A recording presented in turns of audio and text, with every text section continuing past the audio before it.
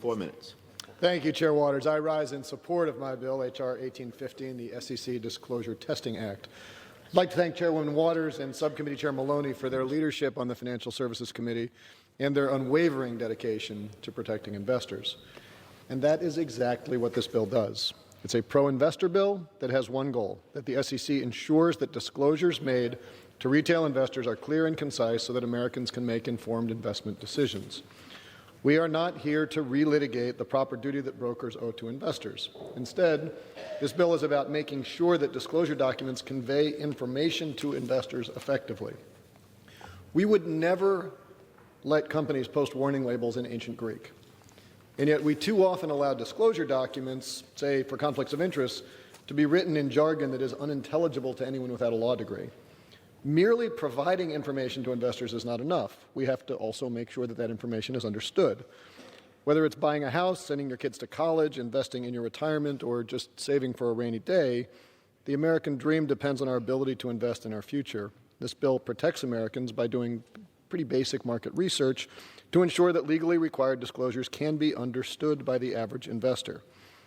Disclosures are already legally mandated to disclose information about fees, comparisons of investment advisory service, conflicts of interest, and much more. But just because those forms are provided to investors doesn't mean that investors understand them.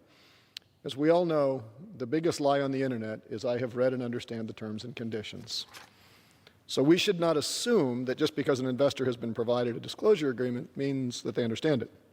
Now, in point of fact, the RAND Corporation, this was what my colleague referred to, they conducted these investor testing. We agree, 1,800 individuals, 31 qualitative in-depth interviews. This is what they concluded, quote, nearly 90% of survey respondents opined that the relationship summary would help them make more informed decisions about investment accounts and services, but interview discussions revealed that there were areas of confusion for participants, including differences between types of accounts or financial professionals, end quote. There were no changes made after that. Yes, they did the surveys, but many did not know and still do not know the difference between account types or financial professions.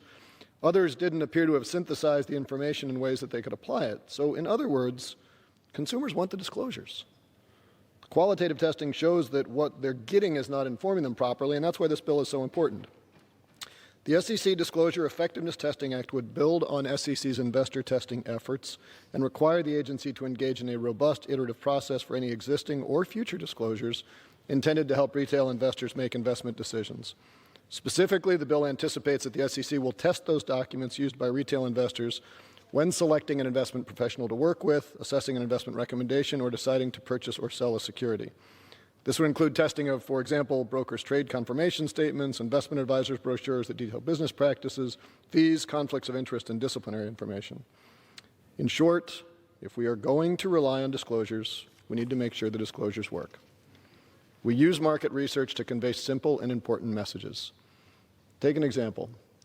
We don't put warnings on a box of cigarettes that says, in multiple peer-reviewed papers, scientists have found that prolonged exposure to cigarette smoke increases your risk to certain types of cancers, and those results are less than 5% likely to have been the result of sampling error. Nobody would understand that. We say smoking kills, because our job is to communicate. We would be delinquent if we weren't equally clear in this case. We are talking about disclosures like Form CRS that would require financial professionals to deliver to their retail customers a short and simple disclosure form to clarify the scope of their customers' relationship and companies who offer them financial services. A consumer disclosure has to do more than just protect the discloser. If an investor doesn't understand what is being disclosed, then we cannot say that anything was truly disclosed. We must make sure that investors know what is being disclosed, and that's what the bill does. This isn't a mandate on high to dictate to the SEC what those disclosures should say. I yield an additional minute to the gentleman. The gentleman is yielded an additional minute. But rather says that it must do qualitative interviews to confirm that investors understand the disclosure. That's why the AARP has endorsed the bill, as well as the Financial Planning Coalition, Consumer Federation of America, and the Certified Financial Planning Board of Standards. This is a narrowly tailored bill that applies to a number of disclosure statements that Main Street retail investors rely on. It does not apply to disclosures that are relied on primarily by sophisticated institutional investors.